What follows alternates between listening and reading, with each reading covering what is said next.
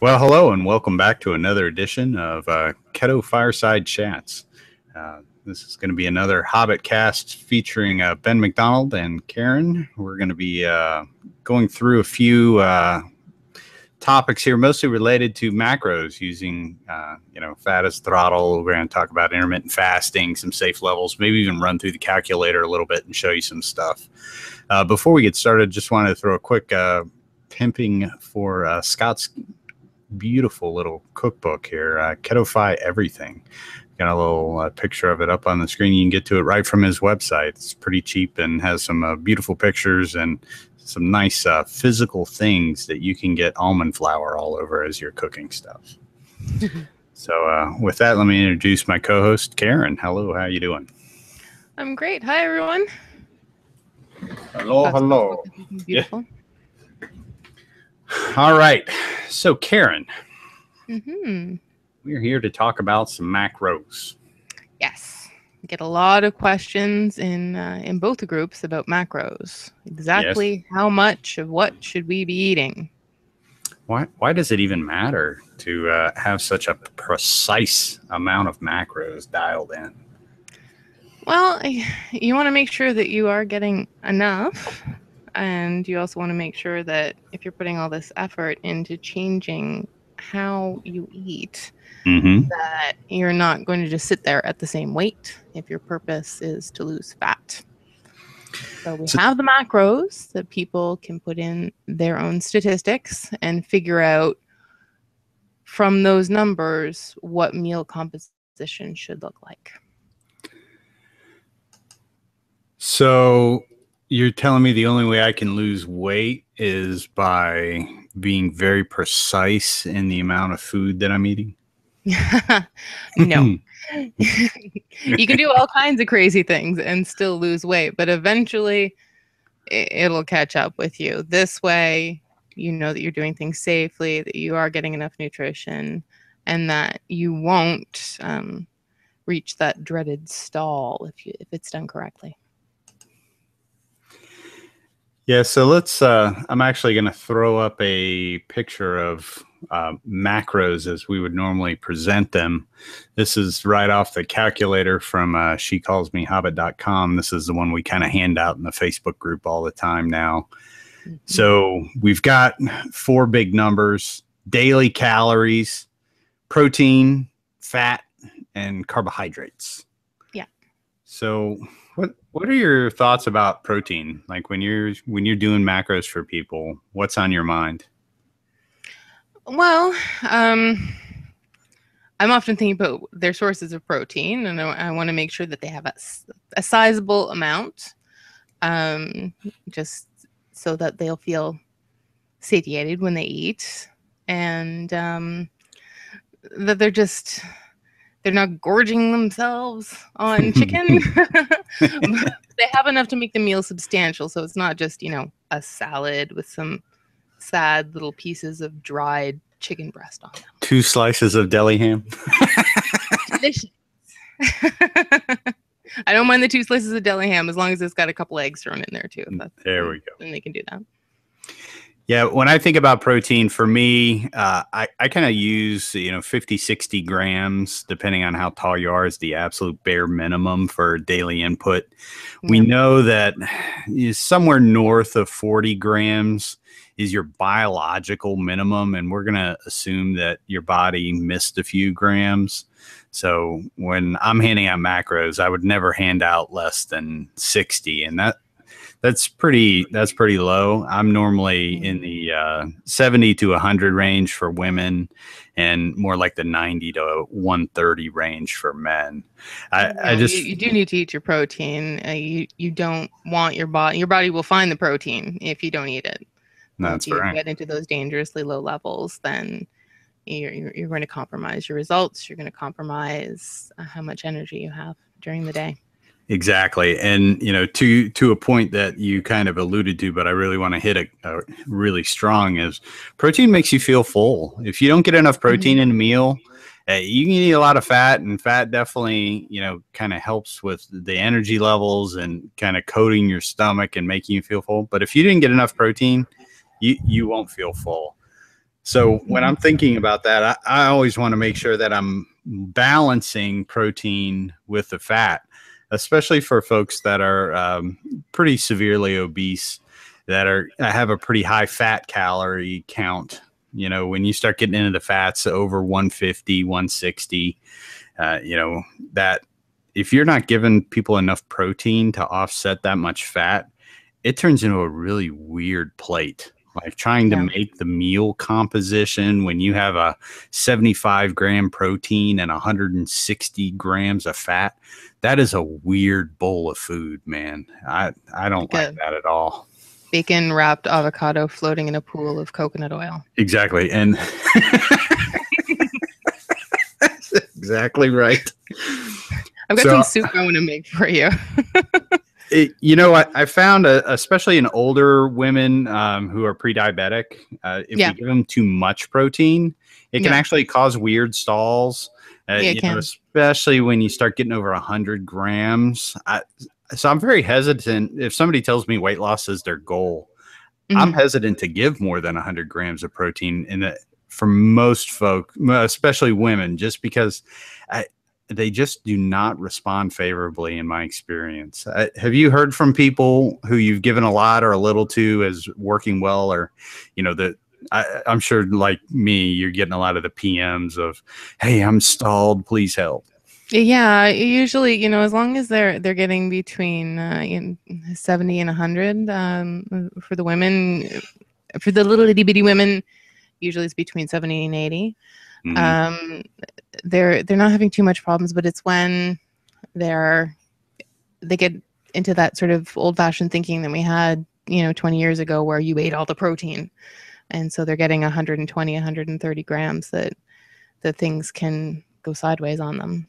Yeah, and there's a real popular group on Facebook called the Optimum Ketogenic Living. You know, that's Raymond's little thing, that OKL chart that everybody likes. Yeah, and I was wondering why everyone seemed to have this number of 120, and I found out that's where it's coming from. That's right. It's a popular group. It's a popular theory. And there is some interesting science behind why they feel that 120 grams is correct for everyone. My experience, many of the admins, we don't think 120 is right for a lot of people, especially if you're not very athletic. And if you're older, you know, over 40, especially if you're a woman, 120 grams is just too much. It's a lot to eat. Well, that would be a challenge. No problem for me. I had no problem with 120. I could do it. It just the next day, I don't know. Well, that's the thing. I mean, for folks like you know, me, Scott, Mike, we're easily eating 120 to 160 every day. But we're also athletic. We're lifting. We've been eating keto for a while. We've got that Viking stomach that can handle that much protein. I mean, you start eating, like you said, you start eating, you know, 2 chicken breasts for lunch. There will be consequences. Yeah, it may or may not have happened already. So, so I guess the bottom line is what we're advocating is, for most people, you're going to find your protein, if you're a woman, between 75, 90, something like that. Yeah. If you're male, you should see your protein around 90 to 130, 140. And if you're outside of those boundaries, you need to be skeptical about what you're trying to accomplish and if it's right for you. You know, this is nutrition. There are no right or wrong answers. Everybody's got their own little weird scenario going on. I'm not here to, you know, tell anybody right or wrong. It's just, you know, we're playing to the Pareto line, the 80-20. Just like, you know, it's the bell curve. Most of the time, it's going to be inside that window, and then there's going to be exceptions. Yeah. So let's talk about fat, because this comes up all the time. So much we had to... We had to mess with the banner on the group. We get irritated. People are like, have a double fat bomb in a BPC. Yeah. Well, you know, having that much fat at the beginning, the first few weeks, that's okay. You know, that's sort of going to get you over that hump. when you first start. Uh-huh. And, so if you're having a BPC when you're first getting into ketosis and learning the ropes, it's going to keep you full. It's going to keep your energy up.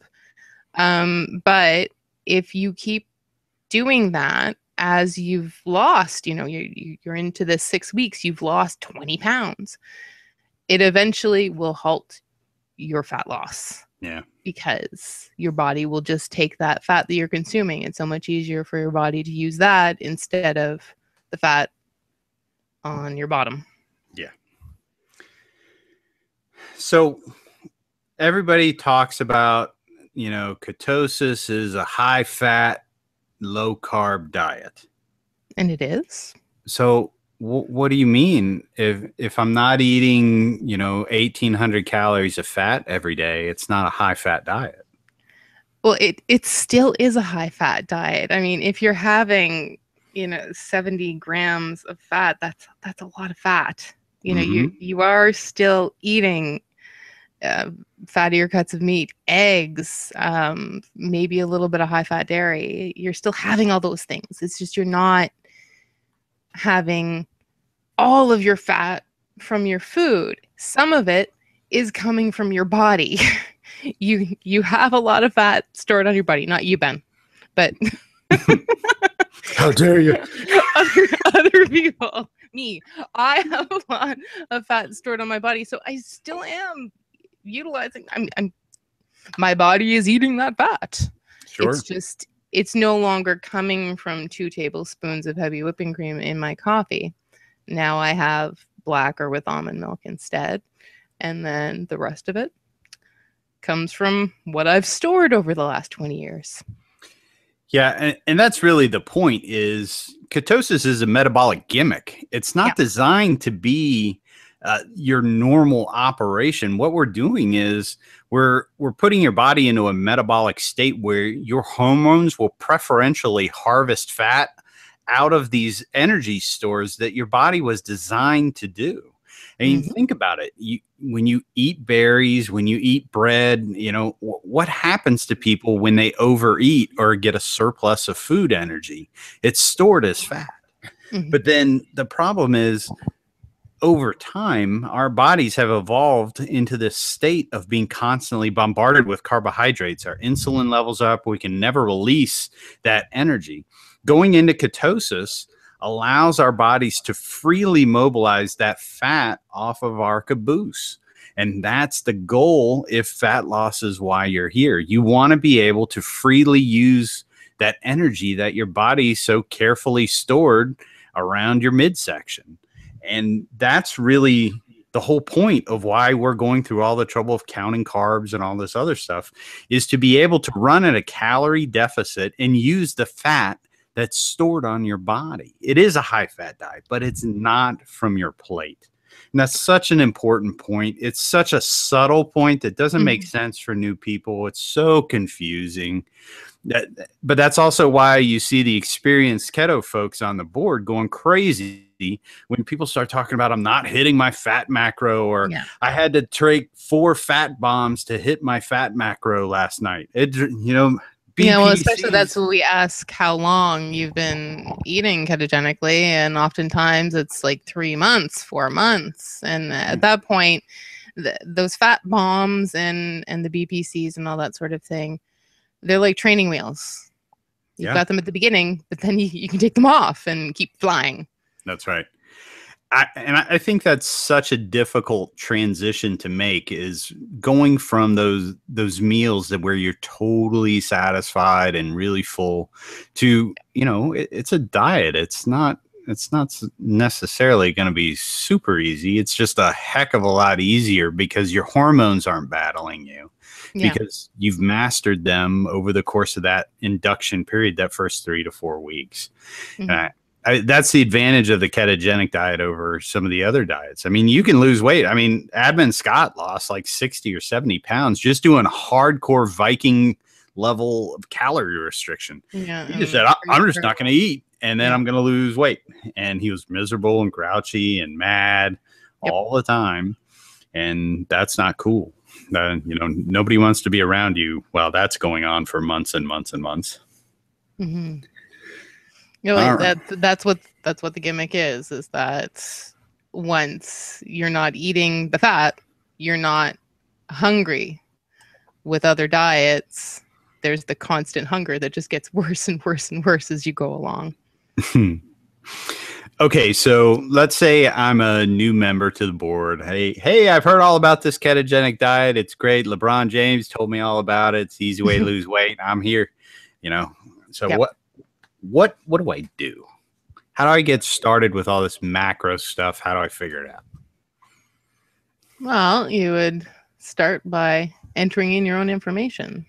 All right. So, well, let's do that for me. So I'm a male. So I am 40 years old. I'm getting very old. No, you're not, because that means I'm old. I'm a 6 foot, and I'm about to 220. Okay, so according to this, I am 42 pounds overweight. Okay. And I sit on my big fat caboose all day. All right. I do not exercise. So I'm going to choose sedentary. Yeah. Now, fat loss is my goal. So I'm going to tell the calculator to put me at about a 20% deficit. And I'm going to choose normal health because that's what most people should choose. Yeah. So that's giving me a BMR of 1800. And then once you add in breathing and thermogenesis and everything else, we're about 2,250 calories. So 20% deficit tells me I need to be eating around 1,860 calories, 120 grams of protein, and 153 grams of fat. Yep. All right. So if I'm pounding away at 1,800 calories every day, what's going to happen? You'll lose about a pound or 2 a week. Yeah, I agree. Yeah. That's it. And there's nothing wrong with that. No, that's real good. That's about 50 pounds a year, which it would put you in the top 1% of all successful dieters. And that's a painless 1 pound a week too.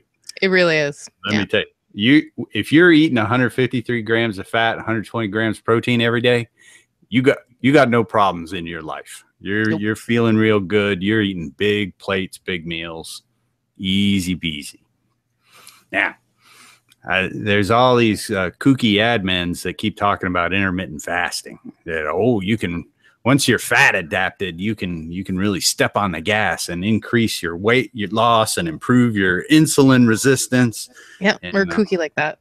All that stuff. So why don't you talk about that and give us a quick overview on some of the 2 or 3 different fasting formats, and then we'll talk about how that impacts the macros. Sure. Well, I can talk a little bit about how I started. After about 5 weeks eating ketogenically, following my macros, I started to not be hungry in the morning when I woke up. And I never really enjoyed breakfast that much before.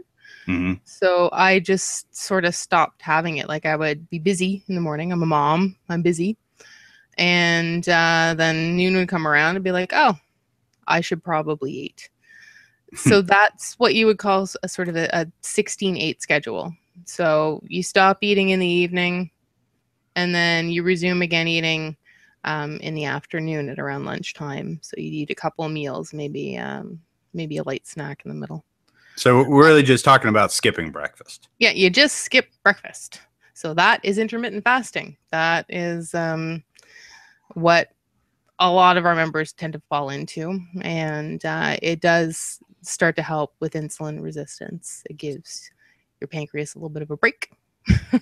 So what happens to your body when you're not eating for a 16-hour stretch that wouldn't happen to someone who has breakfast?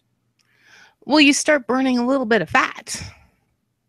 So you would have that happening instead of burning your food. And you're also not dumping out insulin to deal with, let's say, if you weren't following this diet and you ate a big breakfast, to cover muffins or whatever, a bagel you have in the morning. So you've got that going for you. Sure. Oh,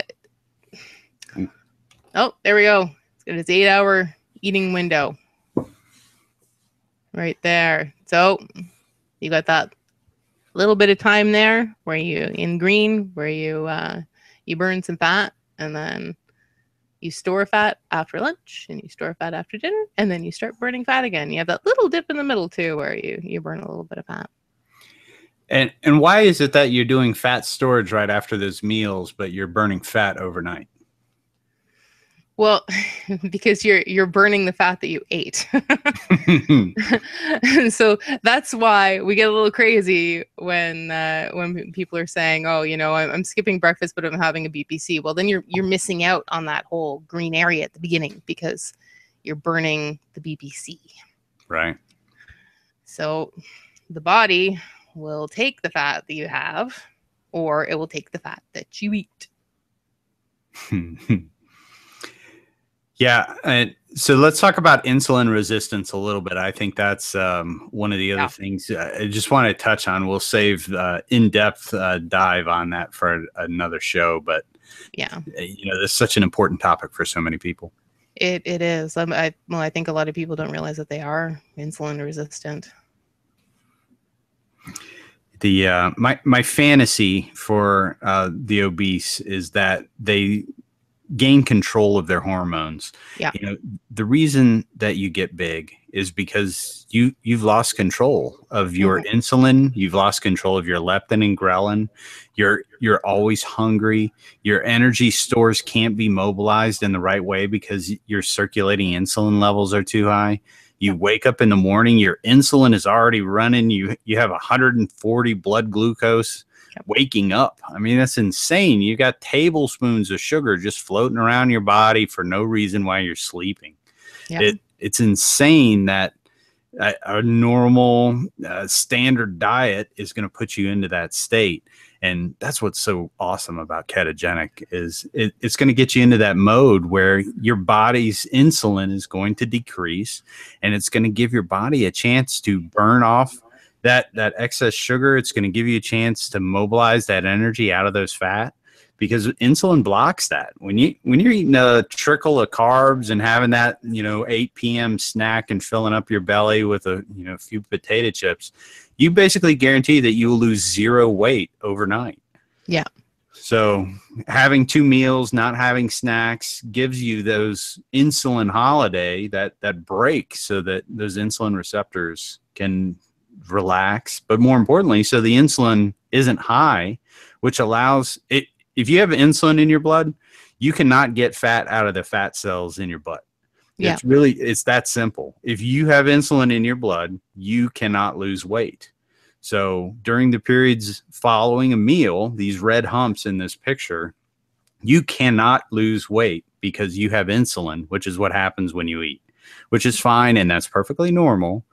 But if your goal is to maximize fat loss, you need to give your body a break and lay off. Yeah, and that's another reason why we're often mentioning snacking. Yeah. To cut it out. Just try to, eat enough at each meal so that you don't snack in between, because that's just going to keep on hitting up those insulin receptors.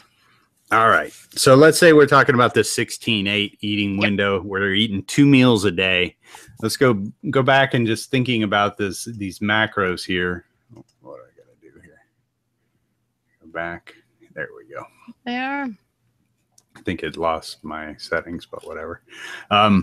So how does this affect the macros for our standard person here? They're going to put in their thing. They're going to have their daily calorie goal. This person has a 1350 goal, 72 protein, 118 fat. But we're also saying, hey, why don't you skip breakfast? That's right. So what do you do? So, a lot of times in the group, we have people saying, okay, I'm skipping breakfast, but I'm having to shovel in these fat bombs at the end of the day to make up what I'm missing in my calories and what I'm missing in my fat. You don't want to do that.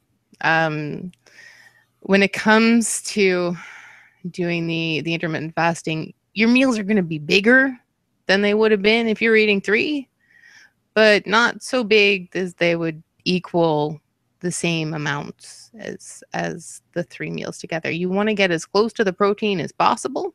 Mm-hmm. So both of those meals are going to be, they're going to be over 30 grams. You want to try to get a goodly amount of protein in there, and enough fat to make it taste good. And of course, always staying under your 20 grams of carbs. Now, I know Scott has total carbs during induction. Some people do not. But basically, those 2 meals get close to 70. If it's only 60, fine. If it's only, 75 grams of fat, that's fine, because fat is your limit. You don't want your food to be so fatty that it doesn't taste good anymore. And then your body has all this excess fuel instead of using what nature gave you. Yeah. If your food is dripping, you may have gone overboard on fat. Yum. There's so many people. I was just looking at somebody's post, and they're like, "Oh, I had this awesome asparagus. I cooked it in bacon grease, and then I wrapped bacon around it." I'm just like, "Wow, that's a lot of calories, a lot of fat." And their goal is to lose fat, and they're eating, 350 calories of asparagus, which I didn't think was possible, but it is. Butter up that bacon. Yeah, you buttered bacon. Butter up that bacon. Yeah. When I think about intermittent fasting and the macros, in my mind, there's really 2 approaches. I think for people who are a little more active, people that are hitting the gym, who have found, they're doing that couch to 5K or whatever, or they're going to the gym and, lifting some heavy weights. I think it's pretty difficult to run at a deficit greater than 20%. You just get hungry and angry. Yep. I can't, if I am active in my normal way and I run at greater than a 20% deficit, that it just doesn't work for me. Mm-hmm. I have to be close to that, which also means that I have to eat some pretty big meals if I'm skipping breakfast. Yeah. And that's where, we were kind of laughing about, having 2 chicken breasts for lunch or whatever, but that's, if you're not hungry, that's not that crazy for me, because, here I am, I'm trying to get 120 grams of protein in. And in order to do that in 2 meals, that's 60 grams of protein, which is, that's a big chunk of chicken. That's a nice piece of meat. Yep. That's a lot of, that's in the 4 or 5 eggs. It's not nothing. Nope. So I want to make sure people understand that. But I think for most folks, if you're, your typical,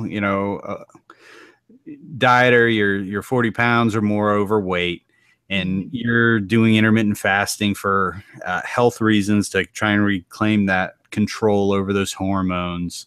The important thing is, for protein, you want to make sure that your plate has at least 30 grams of protein on it. That's a very reasonable target. So when you're eating, make sure that protein, that's where you want to start. Build your meal around that protein source. And then you can punch it up and fill it out as much as you need to get the calories that you think you need. But I don't even think you need to worry about calories at all. Karen and I both are big fans of Dr. Fung out of the Intensive Dietary Management Group. He wrote a book on fasting called The Obesity Code. It's fantastic. And I hand out YouTube videos on that all the time.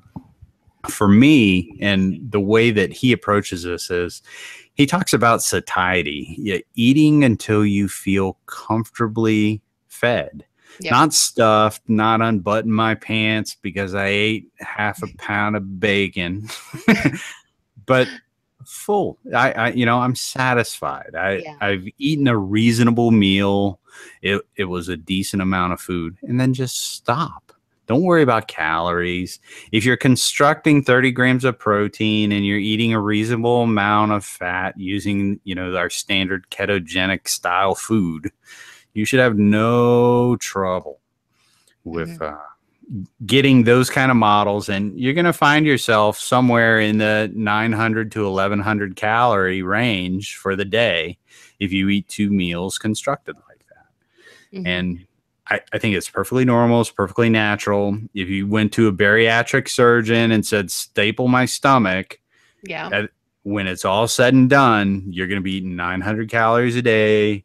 And it's going to be about, 60 to 90 grams of protein and a very limited amount of fat and very, very low carb. So all we're doing is replicating that pattern using, nutrient timing.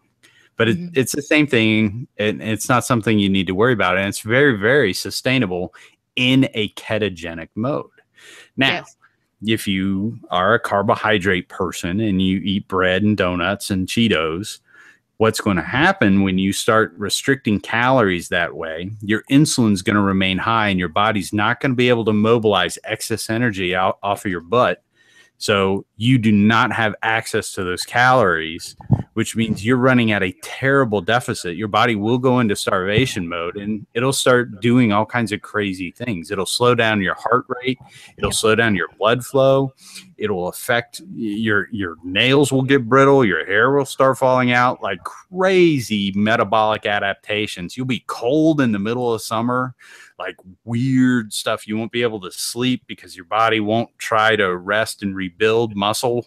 So you'll be constantly sore and tired. Like so many bad things happen when you restrict calories that great.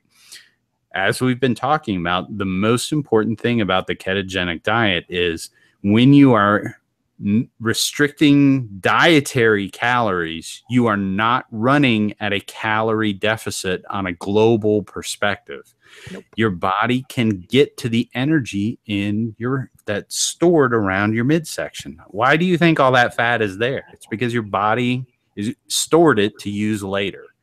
When insulin is around, you can't use it. When you're eating ketogenically, your insulin level is low and your body can easily use it. So it's not scary, it's not unsafe or unhealthy to run a deep calorie deficit for long periods of time. That's why ketogenic diet is so great for people who are obese. That's why bariatric surgeons love ketogenics, because they throw people that need to lose 100 pounds into these modes where they have very low insulin, and then they just let the body run off the energy that was stored. I mean, there's a famous case of a guy who fasted for 1 year. All he did was drink water, and he took a multivitamin too. He did take a multivitamin, yeah. But he had all the energy he needed, and that makes perfect sense if you think about it. The body is a well-designed instrument. It stored the energy. All we had to do was optimize the scenario to get the energy released, and that's what we're doing. That's what we're talking about. That's where all this comes in. So, Karen, let's talk about precision on macros. We go through all this trouble of doing this calculator, 1,351 calories, 72 grams of protein. Exactly. Well, what's with all the very precise numbers here? They're a range. I mean, if you fall a little bit over, there's going to be another day where you're falling a little bit under. You need to be reasonable with this. We're out there living our lives, and it's never going to be perfect. But if you're weighing and measuring when you can, it will fall into place those days where you've been out at a barbecue and had an extra hot dog, and then you put it in your little calculator and realize, I'm 200 calories over. That's okay. There's going to be another day when you're 200 calories under. Sure. Is there a macro that we really need to keep an eye on? I mean, obviously carbs are a non-negotiable piece of this. With the carbs, when you're first starting, you want to keep it under 20 grams. As you go along and your fat's gone down, there are a lot of people that have more. I often have about 25 to 30. Hmm. In the summer, I do anyway, because the vegetables are better. Yes, definitely. I might go back to 20 in the winter when things are looking sad in the grocery store.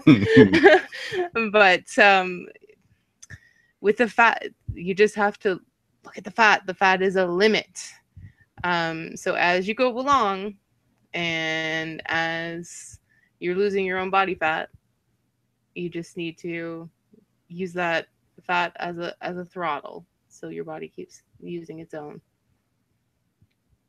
Those are the ones that I'm looking at. What are you looking at? Yeah, for me, the protein is usually plus or minus 30 grams off Yeah. of what, if we give you a target of 72 and you're getting at least 50, and sometimes you go as high as 90. Yeah. Whatever. It'll all come out in the wash. That's right. The other thing to remember is protein is 4 calories per gram, whereas fat is 9. Yeah. So fat, when you start messing around with fat, don't go over on fat, because that'll make your calorie count shoot up dramatically. Yeah. You go over 30 grams on fat, and all of a sudden we're talking about taking a 300 calorie deficit that was carefully constructed and turning it into a 100 calorie surplus. Yep. So, be a little cautious about going hard on the fat. I would say in general, you want to be at or under on fat. If you find yourself below 60 grams a day, then we need to have a long conversation about how you're constructing your meals, because that's going to be a problem for you. But as long as you're over 60 grams, who cares? And you should have no trouble eating 60 grams of fat if you're eating normal ketogenic stuff. It's when people start, ladling on the BPCs and the fat bombs and all these, the cauliflower crusted pizza that has 3 cups of Parmesan cheese. Fathead. Yeah, that's what they call it, the fathead dough. You go, all right, you got the fathead pizza dough. Well, all right. Well, you just ate 50 grams of fat for dinner. I mean, the fathead, you eat one slice. Yeah, there's nothing wrong with that, except. And you don't need to put the cheese on top of the fathead. The cheese is in the dough. Oh my gosh. It's very easy to have way too much fun with ketogenic cooking. It is. Yeah, it's very true. As we ironically talk about it with pictures of blueberry muffins. Yes. From Scott's Are those blueberry muffins or his chocolate chip cookies? Let's talk about that, though, because that's where people go wrong on this, right? Yeah. Especially new folks. So what's your recommendation for the keto treats? They're great. I do eat them. Not often. I didn't eat anything like that this month just because I was noticing I was getting a little bit of insulin every time I ate something that had an artificial sweetener in it.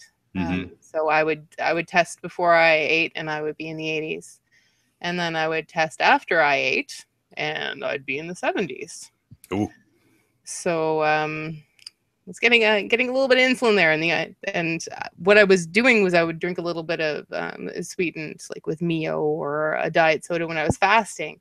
And the purpose of my fasting was to give my pancreas a break, to stop producing all that insulin. Right. And so it was sort of defeating the purpose. But the keto treats, back to those.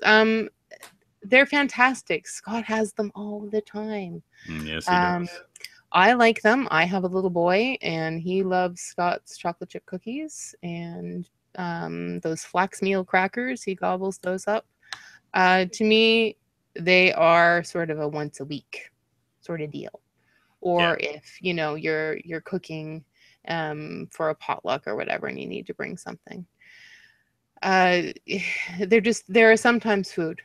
They're okay. I say just give yourself the first month when you're learning the ropes to learn how to make a simple meat and vegetable type meals with added fats.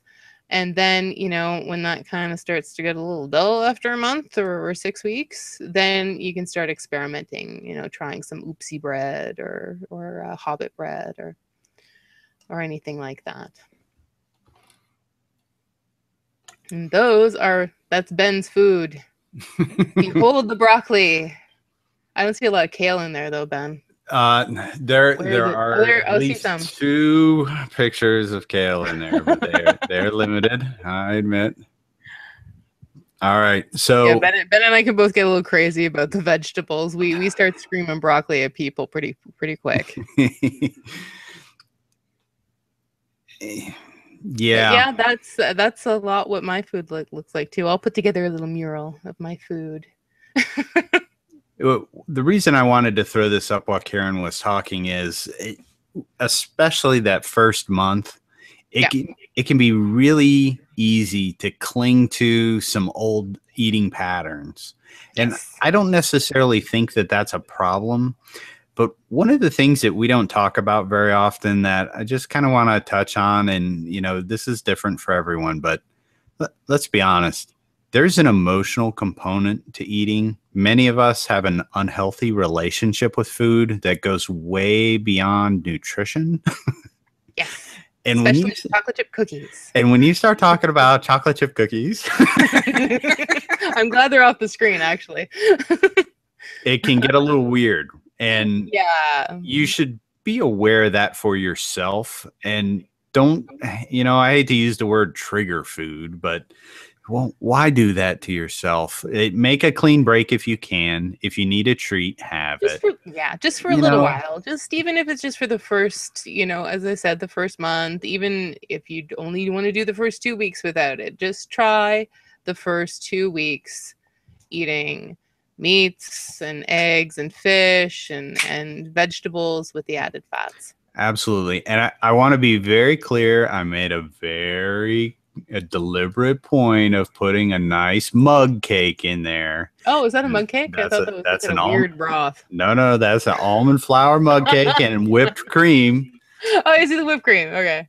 Because this is that's as close to keto cooking as you ought to get that first month. That's usually what my keto cooking looks like. It's that first month. If I was going to do something, it was a flax meal mug or an almond flour mug cake. It wasn't very exciting. Yeah, I mean, if you're a chocolate person, you can pick up some Lily bars. You can pick up, baking chocolate and make these chocolate flavored mug cakes and throw some whipped cream on them. Pink monstrosity. Oh, don't start with that. Pink thing. Mike put up his little things. What are things you would never eat that you see posted all the time? That was my number one. That whatever that pink thing is, and then the thread after that was, I love that. How do you order that? How do I order the pink thing from Starbucks? Started. Oh my gosh. Yeah, the pink thing. So just 1 month. Just 1 month. Keep it simple. I mean, look at some of this food, and this is all very keto-friendly food. Yeah, I mean, there are chicken wings there, people. Normal vegetables, chicken wings. There's even one of those fathead dough pizzas in there. Or is that a pizza? Yeah. No, that's a regular fathead. And, I've got little eggplant pizzas on there, stuffed mushrooms, loaded broccoli, meatballs. I've got zoodles on there. I'm missing cheese. Yeah. I decided to try a month without dairy, and it's the month. This has been a very long month. I'm pretty sure there's at least 50 days in June now. I'm dying. Yeah. If you just try that.